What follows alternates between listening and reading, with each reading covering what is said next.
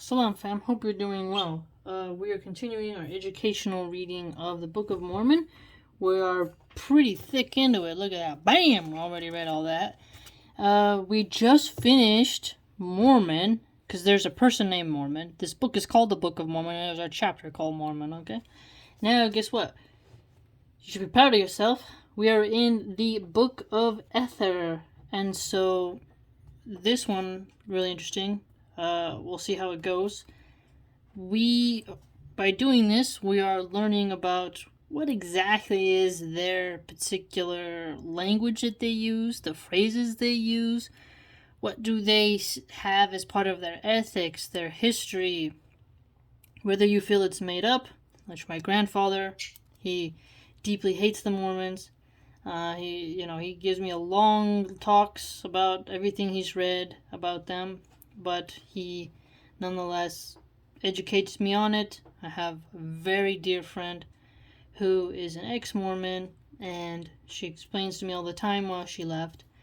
However, reading this with you, you will then begin to see, God willing, what's it all about, right? And what do they really stand for, and the nuances you get as you read it, right? And the phraseology. Okay, let's begin. The record of Jaredites taken from 24 plates found by the people of Limhi in the days of King Mosiah. Chapter 1. Moroni abridges the writings of Ether. Ether's genealogy set forth the language of the Jaredites, is not confounded at the Tower of Babel. The Lord promises to lead them to a choice land and make them a great nation. Okay. Abridges the writings of Ether. Abridges writings. And now I, Moroni, proceed to give an account of those ancient inhabitants who were destroyed by the hand of the Lord upon the face of the north country. So Moroni, sometimes you'll see his statue. There's a golden statue of him on top of the Mormon temple. And I take mine account from the 24 plates, which were found by the people of Limhi. 24 plates, which were found by the people of Limhi, which is called the Book of Ether. Okay, so the Book of Ether is those 24 plates that were found by Moroni. And I suppose that the first part of this record, which speaks concerning the creation of the world, and also of Adam, an account from that time even to the great tower, and whatsoever things transpired among the children of men until that time, it has among the Jews. Therefore, I do not write those things which transpired from the days of Adam until that time, but they are had upon the plates, and whosoever findeth them, the same will have power that he may get the full account. Okay, so whoever finds these plates will get the power of interpretation and such. This is the very interesting aspect of these plates. But behold, I give not the full account, but a part of the account I give, from the tower down until they were destroyed. So only a partial, not the full story.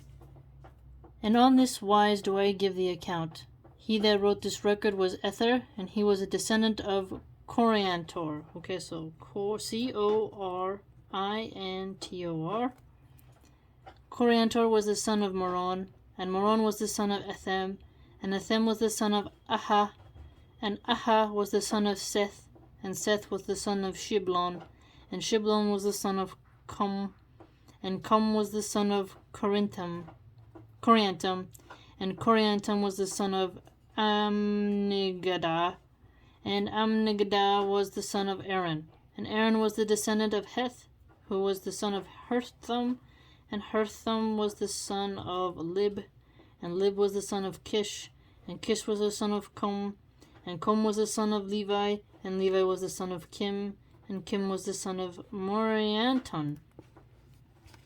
And Morianton was the descendant of Riplakish, and Riplakish was the son of Shez, and Shez was the son of Heth, and Heth was the son of Com, and Com was the son of Coriantum, and Coriantum was the son of Emer, and Emer was the son of Omer, and Omer was the son of Shul, and Shul was the son of Kib, and Kib was the son of Oriha, who was the son of Jared. Okay, this is interesting. We have a figure named Jared. Which Jared came forth with his brother and their families with... Okay, well, let's write Jared down, because Jared sounds very important. It's interesting. So there's some people in Utah named Jared. So maybe this is why so many Mormons have the name Jared. With some others and their families from the great tower. At the time the Lord confounded the language of the people, and swore his wrath that they should be scattered upon the face of the earth. And according to the word of the Lord, the people were scattered. And the brother of Jared, being a large and mighty man, and a man highly favored of the Lord, Jared his brother said unto him, Cry unto the Lord, that he will not confound us, that we may not understand our words. So asking like, hey, don't let us be confused, because the Tower of Babel caused the different splitting of languages, according to King James Bible followers. And it came to pass that the brother of Jared did cry unto the Lord, and the Lord had compassion upon Jared. Therefore he did not confound the language of Jared, and Jared and his brother were not confounded. Okay, so Jared, and then they were spared. Then Jared said unto his brother, Cry again unto the Lord, and it may be taken that he will turn away his anger from them, who are our friends, that he confound not their language. So let's write that note of the Tower of Babel. And just so you know, Babel, when you babble in English, means like you're not making any sense. So it's interesting that when they talk about the Tower of Babel, which is literally the tower that made people not be able to make sense and understand each other, which was supposed to be why, humanity split off into all these different languages, at least according to certain Christian theologians. And now here, Mormons have the Tower of Babel included.